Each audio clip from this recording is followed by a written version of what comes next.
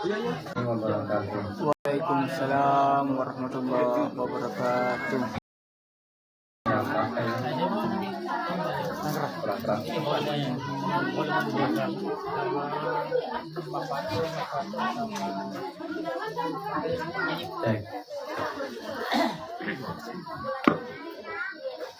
Alhamdulillah ala dini kulli wa kafa billahi syahida. Asyhadu an la ilaha illallah wahdahu la syarika lah wa asyhadu anna Muhammadan abduhu wa rasuluh. Allahumma shalli ala Muhammad wa ala ali Muhammad. Ya ayyuhalladzina amanu taqullaha haqqa tuqatih wa la tamutunna illa wa antum muslimun. Amma ba'd. Salam puji syukur kita ucapkan kepada Allah Subhanahu wa taala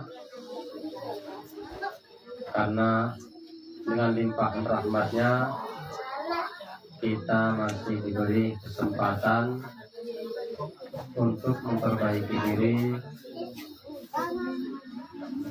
dan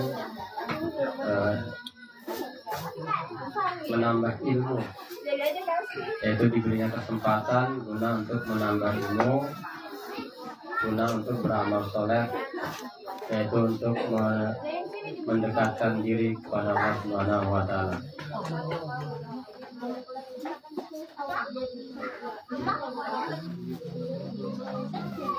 Bersalawat pula kepada Nabi Muhammad SAW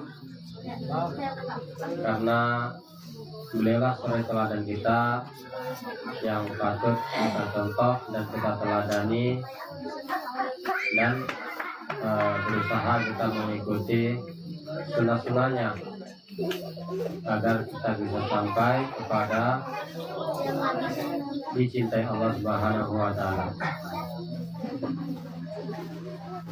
Seperti biasa malam ini kita tadabbur Quran. Malam ini saya mencoba membaca ayat surah Al-Hajj. Amanu budu rabbakum falu alakum.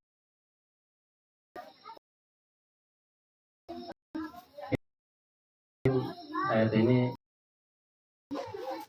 banyak dibahas ya, walaupun bukan di surat Al-Hajj tapi ayatnya hampir sama. Ya ayyuhalladzina amanu ruk'u, wahai orang-orang yang beriman, rukulah kamu, wasjudu, dan sujudlah kamu, wa'budu rabbakum, dan beribadalah kepada Rabbmu, wa'alu khairan la'allakum tuflihun, agar kamu beruntung. Berbuat baiklah agar kamu beruntung. Jadi Allah Subhanahu wa taala dalam ayat ini memerintahkan kita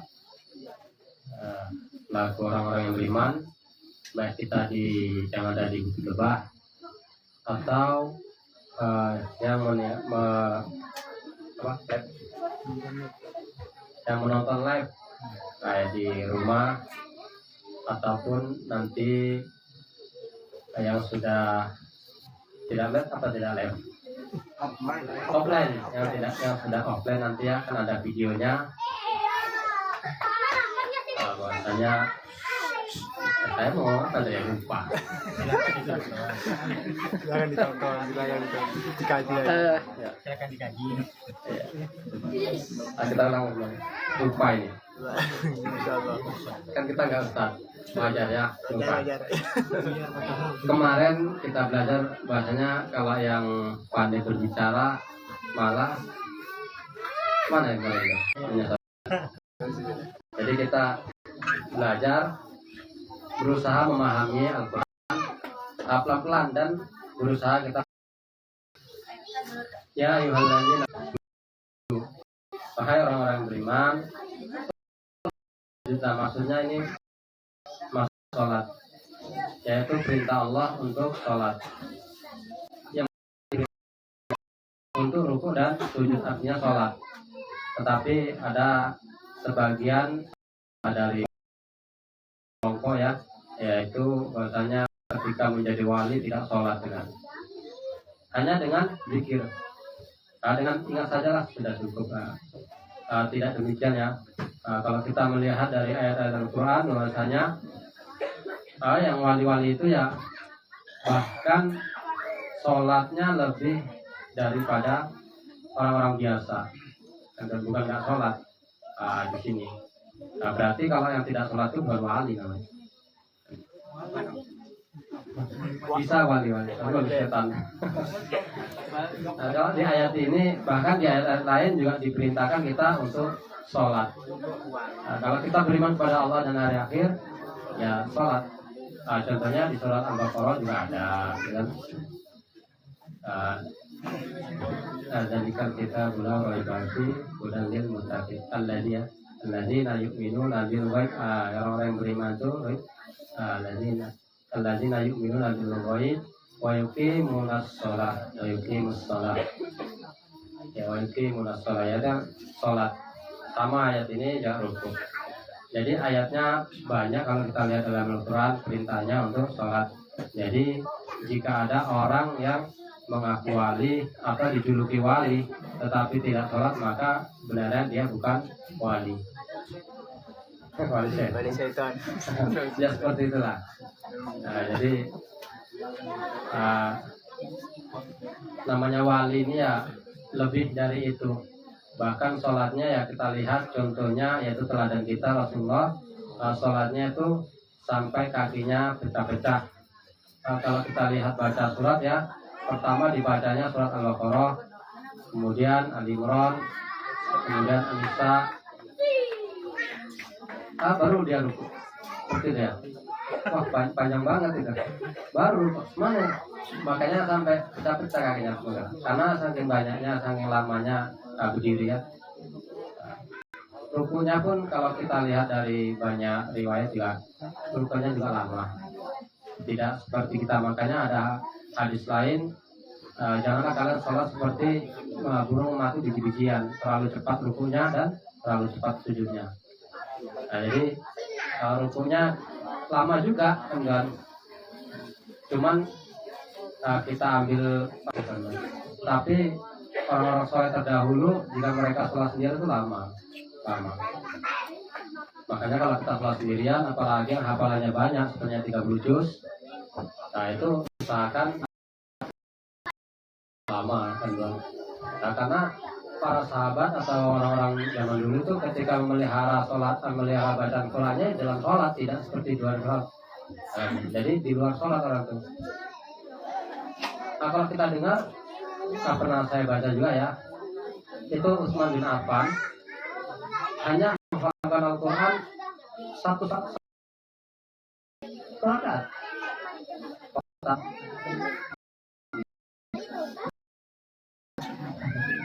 Kita baca surat An-Naba satu rakaat aja udah gemetaran.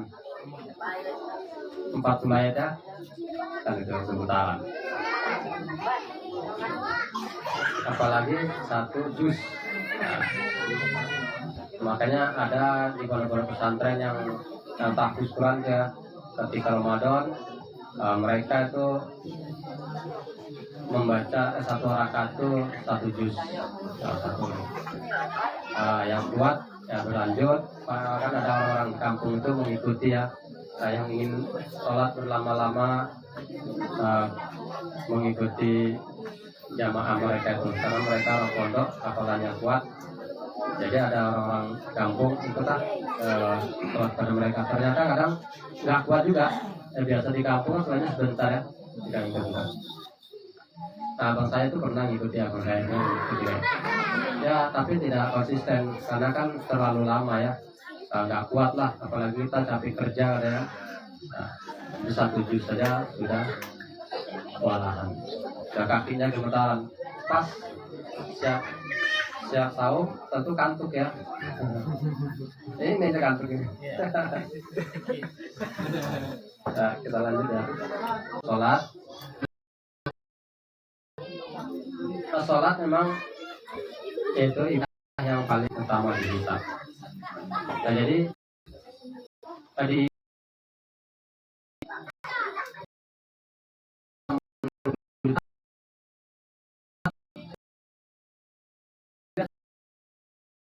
saya kan menyendiri aja dia, mana ada rukuk, mana ada sujud. Nah, kita orang ibu kayak itu gini aja, apa namanya, berdiri gini aja tuh di tembok kan. Nah, jadi tidak, makanya agama Islam ini agama yang sempurna, menyempurnakan agama-agama terdahulu. Nah, jadi sangat baik ya agama Islam ini, kita beruntung sekali. Tanpa kita dari orang-orang musyrik ya, atau dari orang kafir, kita sudah Islam dari bayi ya. Entah dari mana, saya pun tidak tahu dari mana. Orang tua saya sudah Islam, dari kakek saya sudah Islam. Saya tidak pernah menanyakan dari mana keislaman orang tua saya itu. Nah, yang penting saya Islam, ketika lahir sudah Islam. Makanya saya berusaha untuk memahami agama Islam ini. Jadi ketika hamba itu ketika ruku, maka disinilah kerendahan kita kepada Allah Subhanahu wa Ta'ala, bahwasanya kita adalah makhluk yang lemah. Berbeda dengan agama-agama lain, masa cuma berdiri doang ya, menyanyi lagi. Nah, kalau kita ketika sudah berdiri, maka kita merendah diri. Nah, di dalam mimpi Mu'tasim pun, Mu'tasim ketika berhadapan dengan Allah juga menunjukkan ya, meruku dan tidak berani memandang wajah Allah Subhanahu wa Ta'ala.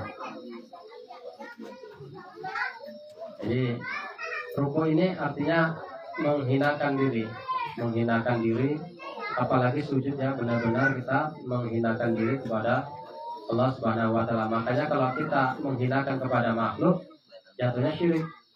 Nah, seperti itu. Makanya di mimpi Mu'tasim, kalau kita ruku kepada manusia, itu jatuh syirik. Karena kita merendahkan atau menghinakan diri kepada manusia. Itu.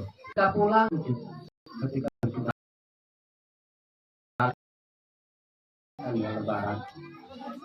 Padahal kalau kita lihat, kita tidak boleh rukuk dan sujud kepada manusia kecuali selain itu rukuk dan sujud.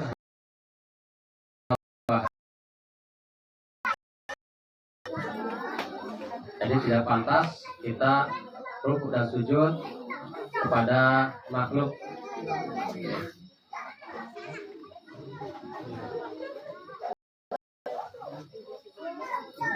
Nah, kemudian kita lanjut.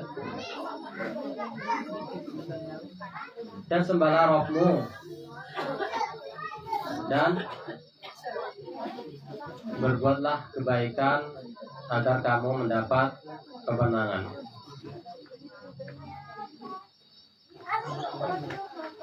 Nah, di sini kita diperintahkan untuk berbuat kebaikan agar kita mendapat kemenangan kelak ya guys ya. Ketika sholat, maka tidak cukup hanya sholat, maka kita diperintahkan juga untuk berbuat kebaikan. Contohnya yang paling kecil ya, mungkin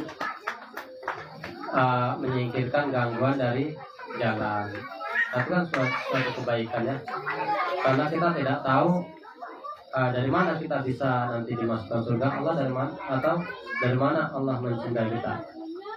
Asal salah kita sholat kita rusak kan, nah, kita tidak tahu. Makanya berbuat baik, bermuamalah juga perintah Allah Subhanahu wa Ta'ala.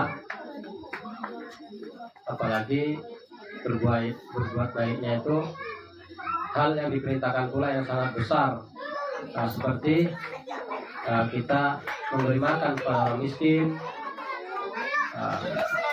menyantuni anak yatim, itu kan hal-hal yang besar ya, yang pahalanya juga sangat besar.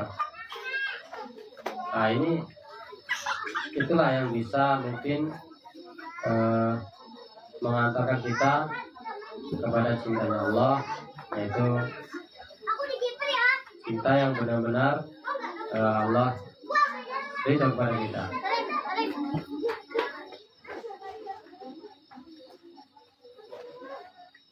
Jadi berbuat baik di sini ini sangat luas sekali ya, banyak sekali. Apa saja. Mungkin kalau kita di kebun, kita niatkan ibadah untuk misalnya kalau kita di sini ya, kita bekerja ya, kita untuk apa namanya nih? Kita semua apa namanya? Hikmat ya.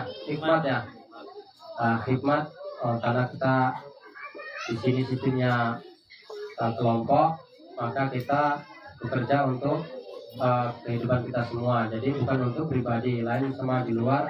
Kalau di luar makanya kita berlomba-lomba mencari kehidupan untuk menumpuk harta. Yang motornya satu, ingin 2 atau 3. Ketika motornya ada 3, ingin mobil. Karena makin banyak hartanya. Kalau di sini tidak, kita hanya berusaha untuk sekedar makan saja, dan tidak ada keinginan untuk mempunyai harta melimpah dan kita simpan untuk masa depannya, tidak ada. Jadi ini bentuknya hikmat. Dari zaman dulu pun sudah ada hikmat itu, yaitu biasanya hikmatnya di Baitullah, rata-rata itu hikmat di Baitullah atau di Masjid Madinah, mereka itu bekerja tanpa dibayar seperti itu. Tapi zaman sekarang tidak ya, sekarang rata-rata bekerjanya itu minta diupah semua, karena memang kita lihat semua itu bayaran. Nah, kita sekolah perlu biaya yang karena sudah sulit. Saya pernah mikir seperti juga. Nah, kalau kita gratis tidak bisa, memang di luar tidak. Mungkin karena sistem legal kan. Jadi saya pikir tidak bisa ini. Kalau kita gratisan memang sulit ya di luar. Makanya kita uzlah ini ya mungkin lah kita mengembalikan Islam seperti Islamnya Nabi Muhammad SAW. Nah, kalau di luar sulit. Di pondok-pondok pesantren pun ya tetap ini, tetap uang juga ya. Alasannya bensin. Masa uang bensin sekali ngisi pada maghrib ke ini Isya berapa? Paling murah 15.000 ya. 5.000 kalau sistem kota. Nah saya nanti udah 15.000 lagi. 15 menit ya. Saya kan masa uang bensin 5.000 kan nggak mungkin lah. Kan itu. Tapi kalau 20.000, nah itu ada kemungkinan. Ada 20.000 untuk ganti bensin kan?